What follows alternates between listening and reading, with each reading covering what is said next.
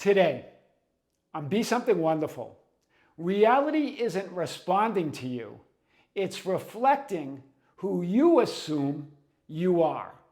I am your host, Tom Kearin, and these are the studios of Be Something Wonderful, where we help you level up and become the best version of yourself. Creators, good morning and welcome back to the studios of Be Something Wonderful. One of you reached out to say this: I'm constantly worried that the universe is responding to my thoughts and feelings. A coach said, unless I control them, I will keep experiencing the same reality. Well, we have a lot to unpack here. First of all, remember, all coaches are coming from their own assumptions and beliefs, their own definitions of reality creation and what they assume. That's the first thing you want to know. But the big piece here is that reality, or the universe, or God, whatever you want to call it, is not responding to you and your thoughts and feelings. It's reflecting who you assume you are. This is big, right? And remember, because if you believe that it's responding to your every thought and feeling, you're going to struggle to flip thoughts and try to feel better. And sometimes it feels like it's working. Sometimes it doesn't. Sometimes things are favorable. Sometimes they're not. Because remember, reality's not out there.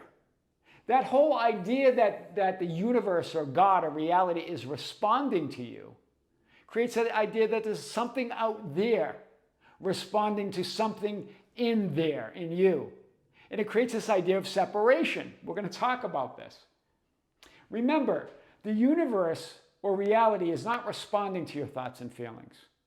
That implies a power outside of you.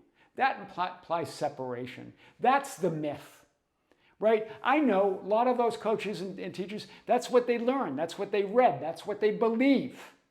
But that creates this inside and outside, this separation. You're not experiencing a reality out there. Right? That implies that separation. So you're going to, well, Tom, what's going on? Well, that's what we're going to talk about today and more. So remember, reality, the universe, or God, whatever you want to call it, is not responding to you. That's the myth, right? There's no out there responding to your in there. Right? Creating the idea that there's an out there, a physical reality that's responding to my beliefs and assumptions, my thoughts and feelings, a vibration, a frequency in me. Now, there is a relationship there. We're going to talk about that. But it's bigger than something out there responding to something in there. Right? So what is creating your experience of reality? Your predominant assumptions and concepts of who you are. Is your reality or experience of reality as reality. In other words, there's no separation. It's not that they're responding, the universe or out there or physical reality is responding to something in there. It's that who you assume you are is your reality. It's reflecting who you assume you are. Your predominant assumption and concept of who you are is your reality or experience of reality as reality.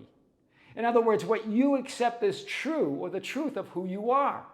That's why Neville Goddard said, when I talk about wish fulfilled, or the idea of the state of wish fulfilled, I do not mean emotion, but the acceptance of the fact that it's fulfilled, the acceptance of the fact that it's done. In other words, the acceptance of the fact of who you are, who you assume you are.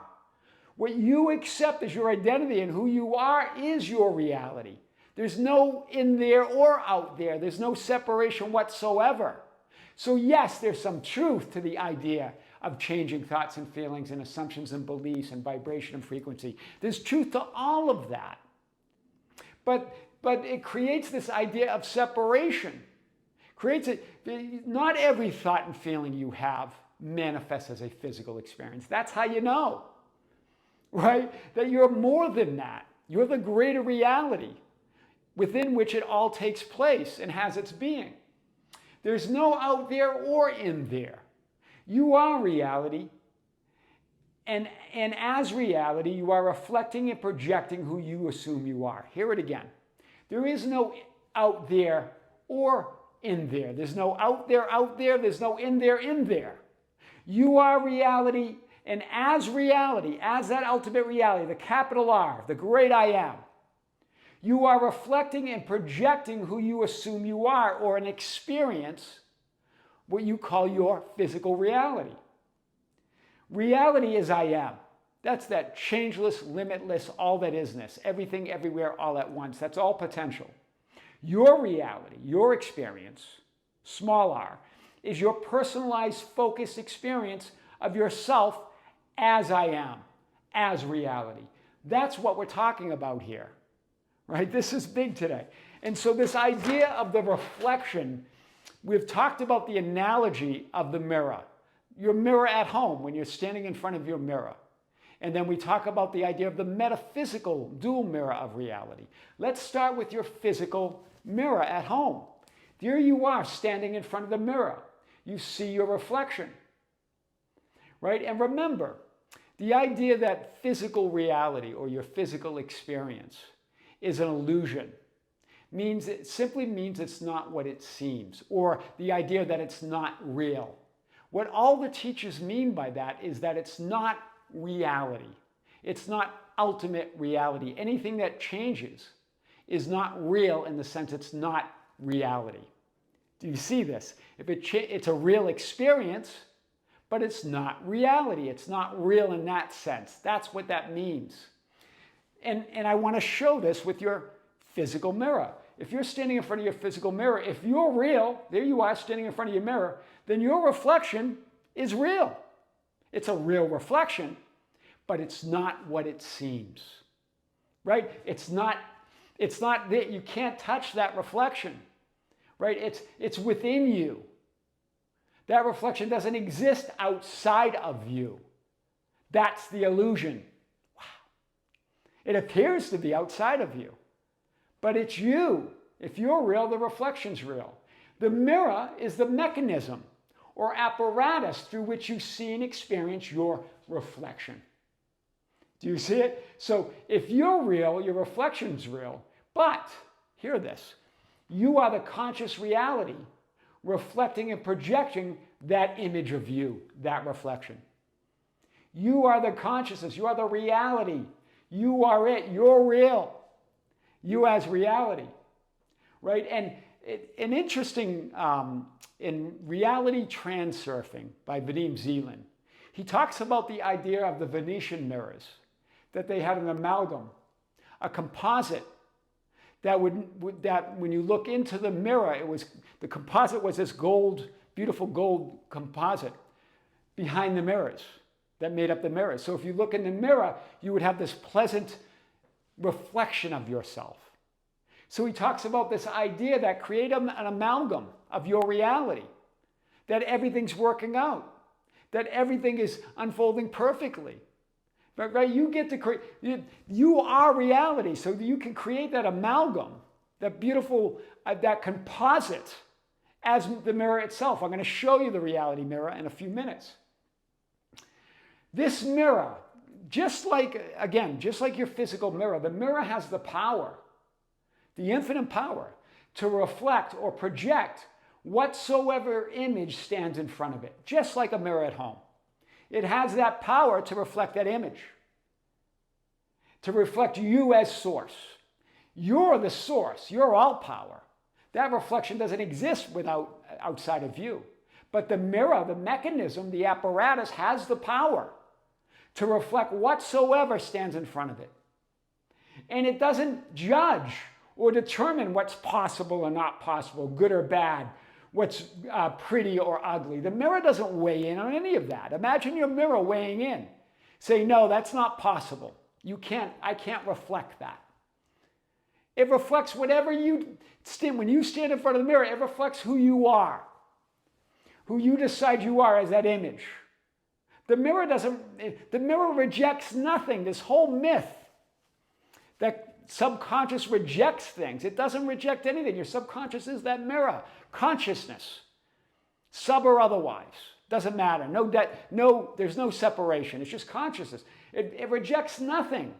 And it reflects and expresses all images and impressions whatsoever that, and here's the thing, that you can conceive as source and as the creator. Wow. Whatsoever you can conceive, you're all power. Yes, it's powerful. And it reflects whatever, but you're all power. Whatever you can conceive as the creator, it reflects. It doesn't judge it and say, oh no, that's not possible. It doesn't say any of that. It must reflect it.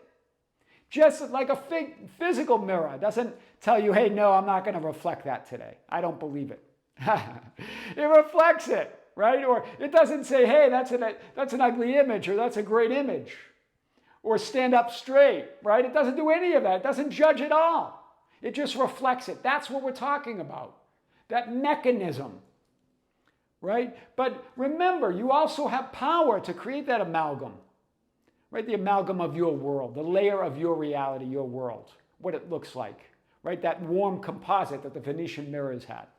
Well, we're going to show this today. So yes, if you're real, the reflection's real. In other words, your reality. And if your reality, everything that you reflect or project is an experience of that greater reality that you are.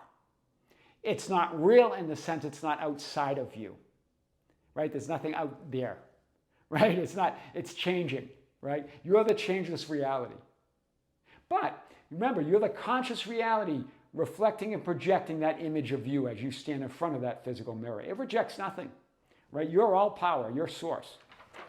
So, and here you have the metaphysical mirror, right? I want to show this in all that, this is all that is. This is ultimate reality. And here you are, this is the physical you.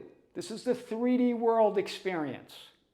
But in this case, in the metaphysical world, the 3D you is, the physical you in the physical world is the reflection. Do you see? Versus the physical mirror at home, it's opposite the physical mirror. This is the reflection. This that looks so solid is the reflection, the physical you and the people, events, and circumstances. Then you have the mirror.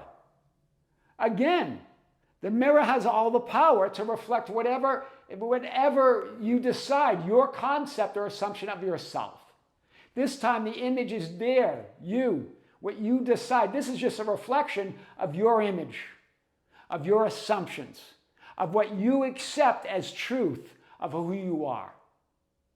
The real truth of who you are, that's your highest ideal. That's the ideal you. That's God. That's God's highest ideal or existence. Its highest ideal, God's Son. All that is, the highest ideal of who you are. And you're all of this. Do you see? There's no separation between any of it. It's all you. It's all you as reality, experiencing yourself. No in there. No out there. Just you. Who are you? Do you see it? There's no out there or in there. It's just you as reality, as all that is. And you get to decide what the amalgam is, what the composite of that mirror is going to be, because your reality. Do you see? It's going to reflect anything, but why not create a composite or an amalgam that everything's working out for you? That the world's wonderful. You know that all these reflections are turning into everything you want because they must be, because I say so, as I am awareness. That's powerful. You see this? Just like the Venetian mirrors that had that amalgam or that gold composite. You can create that idea here. Right? As you assume who you are, as you assume that powerful self-concept. So reality isn't responding to you. We can create that experience. That's a lower level understanding of the law of attraction and reality creation, creating from the bottom up, trying to influence some reality that appears out there, trying to control your thoughts and feelings. But you're the source, you're the power behind all of it. Do you see it? All of it. You're the source, you're all power. The mirror, yeah, has infinite power to reflect and project whatsoever. But you're all power of that infinite power. It rejects nothing. It will reflect and express all that you impress on it. In other words, all that you decide who you are, that image of you, your concept of self. So it makes no sense in deciding and getting your cues or deciding who you are from out there. Because there's no out there. It's all you, your reality. Decide who you are and it must reflect it. Right? Create that amalgam that everything is unfolding, that I'm reality, that there is no other, that everything's always turning into everything that I want and desire. Because there's no in there, there's no out there, there's just me. And that it doesn't matter what I'm thinking or feeling at any moment, or even what I'm doing. Because I'm reality. I get to decide who I am in this moment, and that changes everything. And I know that whatever I'm experiencing as physical experiences, whatever I'm seeing, I know that it must be leading to everything that I want. In every moment, it must be reflecting who and what I'm conscious of being. And I know who I am now. It's all you as reality experiencing yourself. There's no in there. There's no out there. There's just you. So the only question is, who are you? Define that. Make that assumption and everything changes in that instant. Remember, the reflection's instant. Just like a physical mirror. We create the idea of delays in time and space, right? By keep looking out there, by deciding that nothing's changing, deciding that that reflection's not what I want. Just by that, right? Just stand in your assumption of who you are. Reality isn't responding to you. It's reflecting who you assume you are. I am your host, Tom Kearin, and these are the studios of Be Something Wonderful, where we help you level up and become the best version of yourself. Creators, thank you. Thank you for being with me. Be sure to watch the Tom Kearin channel. We have another video coming on that. That's at the Tom Kearin. Subscribe and follow us there. And we're going to have another live event on the Be Something Wonderful membership channel in April. We'll be coming out with that announcement over the next few days. Creators, with great love, with great light and infinite gratitude, this is Tom Kearin here in the studios of Be Something Wonderful. Until next time, we'll see you soon.